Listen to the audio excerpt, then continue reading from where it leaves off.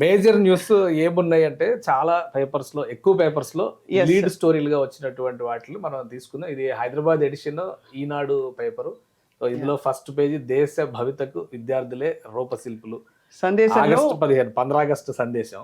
గౌరవ రాష్ట్రపతి ద్రౌపది ముర్ము గారు ఇచ్చిన సందేశంలో ఖచ్చితంగా ఈ పేపర్ ఎగ్జామ్ పేపర్లో అవుతున్న అవకతవకల్ని సవరిస్తామని చెప్పి ఒక సందేశం ఇచ్చారు. లీకేజీలని అరికట్టేటువంటి ప్రయత్నం. అలానే నెక్స్ట్ జనరేషన్ మీద భారత భవిష్యత్తు ఆధారపడి ఉంది. టోటల్ మెసేజ్ లో చాలా కీ పాయింట్ అది అయింది. జెన్జీ మీద ఎక్కువ ఫోకస్ చేస్తున్నారు కాబట్టి సో మిగతా పత్రికల్లో కూడా ఈ స్టోరీని ముఖ్యమైనటువంటి స్టోరీగానే ప్రమోట్ చేశారు. మిగతా వాటిలో కూడా రైట్, ప్రధానమైనటువంటి కథనంగా వచ్చింది. సో ముఖ్యమంత్రి రాష్ట్రపతి సందేశం అనేది అన్నిట్లో కూడా హైలైట్ అయింది. ఇది అసలు ఇంటే రగిలిపోతున్న వార్త ఇవాళ.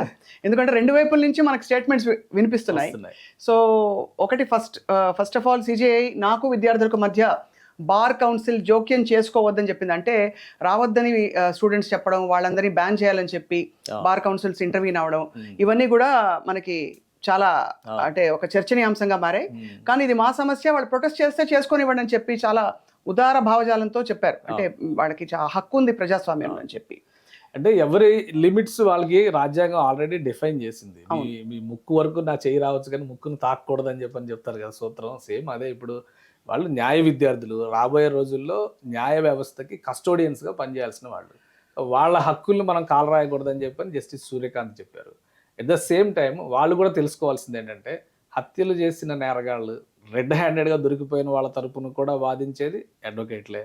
అలాంటప్పుడు ఒక స్టేట్మెంట్ ఇచ్చినటువంటి సిజేఐని బహిష్కరించాలి అని చెప్పడం అనేది ఎంతవరకు సమంజసం? న్యాయ విద్యార్థులు వాళ్ళు కూడా ఆలోచించాలి. దీనికి ఒక కన్క్లూజన్ అయితే సూర్యకాంత్ గారు ఇచ్చేసారని అనుకుంటున్నా. జస్టిస్ అంటే ఆయన వైపు నుంచి ఇచ్చారు. బట్ ఇకపై మనకి దీప్కే గారి స్టేట్మెంట్ కూడా చూసాం, అలాగే సోనం వాంగ్చుక్ పిలుపును కూడా చూసాం.